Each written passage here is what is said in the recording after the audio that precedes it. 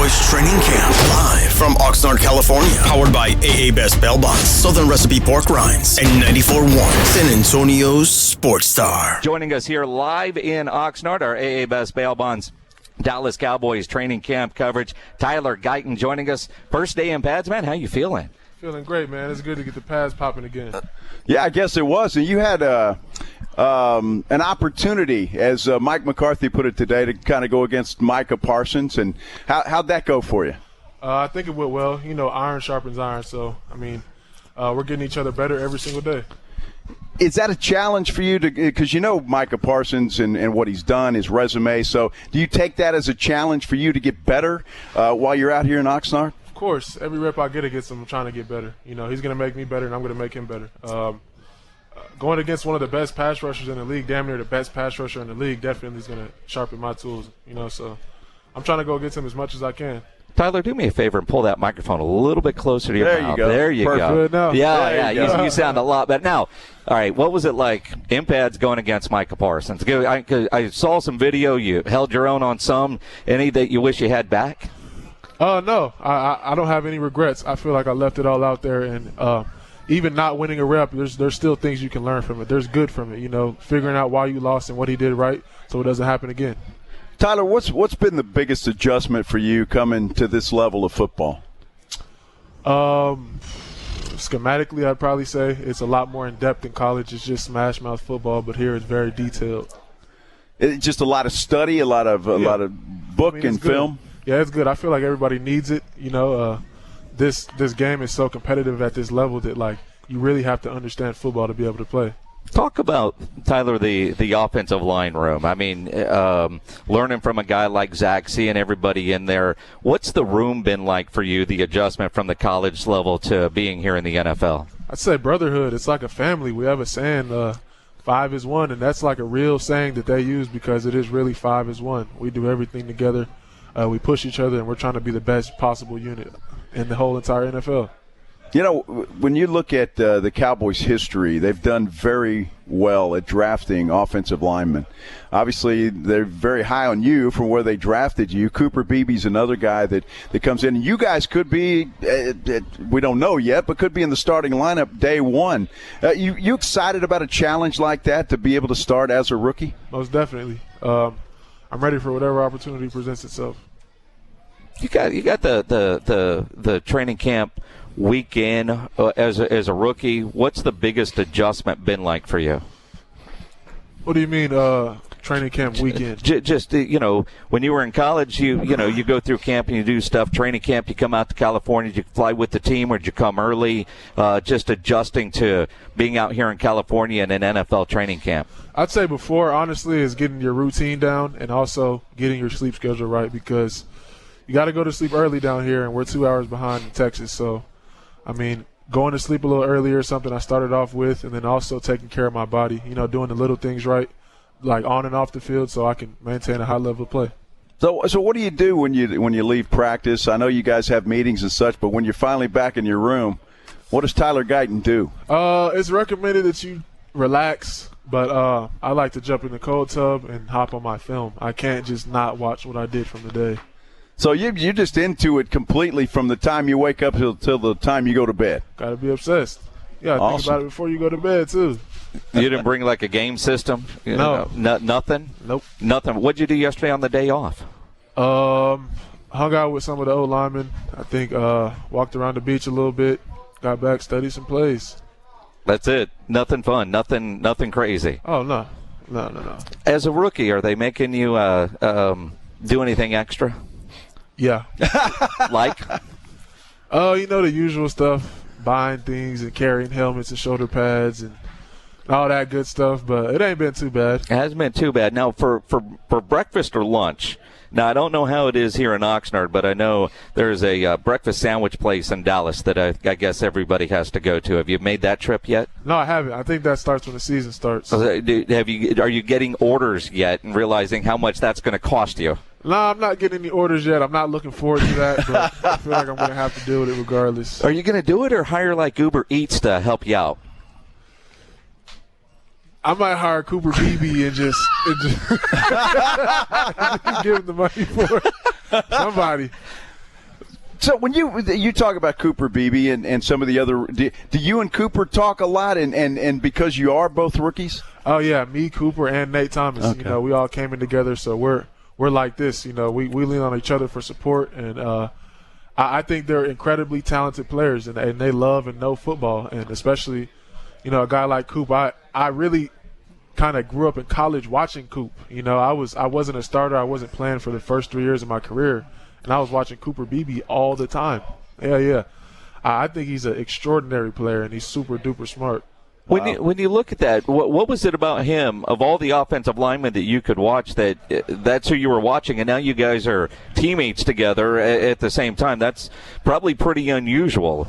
Yeah, I mean, it's the thing, like, he's not the biggest or the fastest, but he's so precise and such a nasty player. Like, if you watch his college film, the angles that he takes on his pulls and the things that they were having him do, he does it to a T. He does it perfect. Well, you know, that brings up an interesting point. You mentioned that college football was more smash mouth, where you just go out and play. The NFL is just so much more technical, isn't it? Yep. I mean, the angles and everything and all of that stuff, is that what you guys are being taught? Yeah, for sure. Every day. You know, if you just run at one of the best defensive players in the world, they're going to swim you right onto your face, and you're not going to make the fly. It's all about technique and fundamentals right now. It's incredible. Tyler Guyton joining us here live on the Blitz at Cowboys training camp in Oxnard, California. First day of pads. Obviously, your shoulder pads and stuff are on. You've got one glove on, and one hand is bare. Is that just walking over here? You didn't get them both off, or you just like having the one glove on all the time? I'm just gonna go with I like having one on. You're just gonna go with that. Yeah. But is that glove? What's special about that glove? It doesn't look like a wide receiver glove, so I don't get a lot of time with offensive linemen. Is that an offensive line glove with the extra wrist there, so you can get in there and? Yeah, this stops you from your wrist going too far back. Everything on these gloves are padded. This part where you're punching is padded, and the material on the fingers is thick, so you're not going to cut your fingers open. So you can hurt somebody with that thing. Yeah, you really could. I mean, it looks like it'd be one of those, like Deadpool just came out. It looked like something you would see one of those guys wearing, right? Sure, yeah. You're like a superhero. Feels like it. I find that fascinating. What in training camp? We were just talking about how safety is such a big deal in the NFL now. Are training camps different? Is it more physical in college than it is here? I think so for sure. You know, college is different. You're still learning how to play smash mouth football. You're learning how to be physical and the point of attack and all those things. So that's what they make you do, especially at Oklahoma. Yeah, well, we can talk about Oklahoma, Tyler. You know, we're all from Texas. Me too. He's from Texas. You're from Texas. He's from Austin. How'd you get away? They never recruited me. Oh, man. Never recruited me. Whose fault is that? Texas's fault. Anybody in particular? Blame the 512. I don't know who. Sark, I don't know. I don't like him. But I'm glad I went to Oklahoma. Are you? Yeah, it led me right here.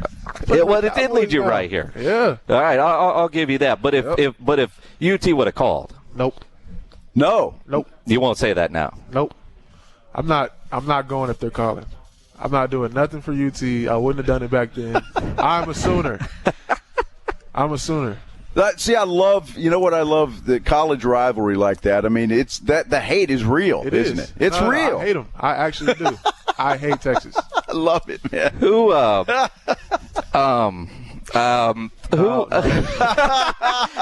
do that. Come on.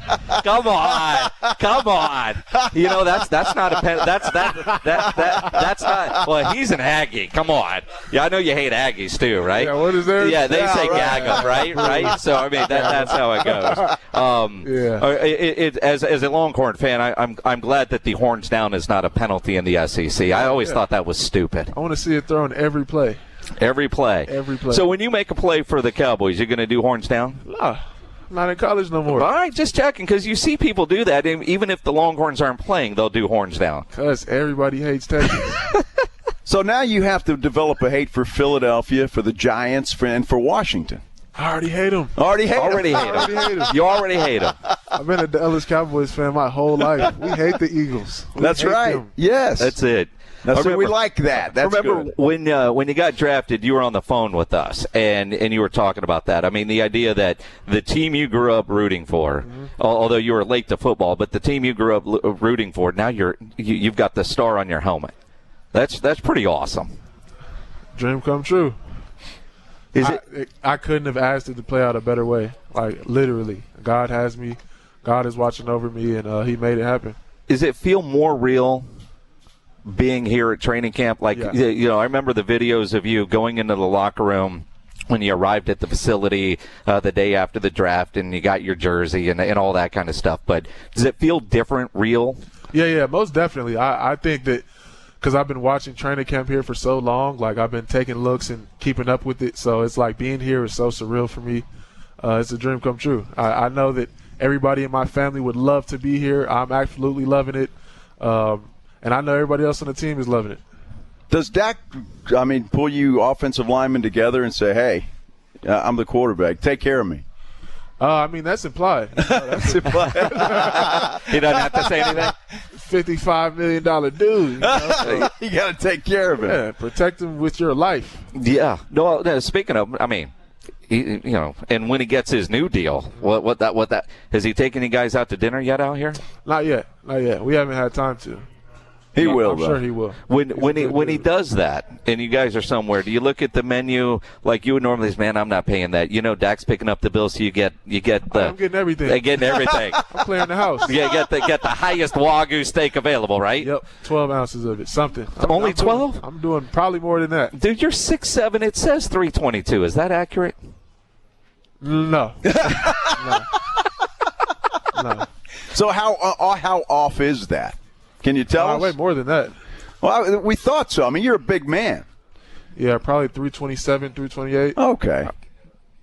328. Yeah. All right. That's not bad. Because they got Cooper at 6'3", 322. That's a big dude, man. That's big Coop. Yeah. Every pound. Yeah, you got to go with the like when Dak get like the 48-ounce cowboy cut ribeye. Tomahawk. Actually get a good Tommy on there. Meat sweats. Wagyu. Yeah. Absolutely. Yeah. All of it. Yes. When he's picking up the tab. Yes. When you're picking up the tab, what are you ordering? I'm ordering everything, too. I got to eat. Yeah. I'm ordering it takes a lot, right? Yes, I mean, if you go to a restaurant, what's your normal order like at a good steakhouse? Probably going to get the highest variety of steak. You know, probably the best steak, and I'm getting probably as much as I can. Not anything extreme, but I'm getting a lot. And you're not sharing, and there's never leftovers, right? No, I mean, there's leftovers sometimes. I got to force myself to eat sometimes, but because it gets hard. You know, it's hard to stay this big. Yeah. So you got to kind of force it, but, you know, the leftovers always hit the same. Awesome. Well, Tyler, man, we appreciate you joining us here. Congrats on your first day of practice. Thanks for hanging out with us for a little bit here in San Antonio. Appreciate it. Appreciate y'all. More coming up here on 94.1 San Antonio Sports Star.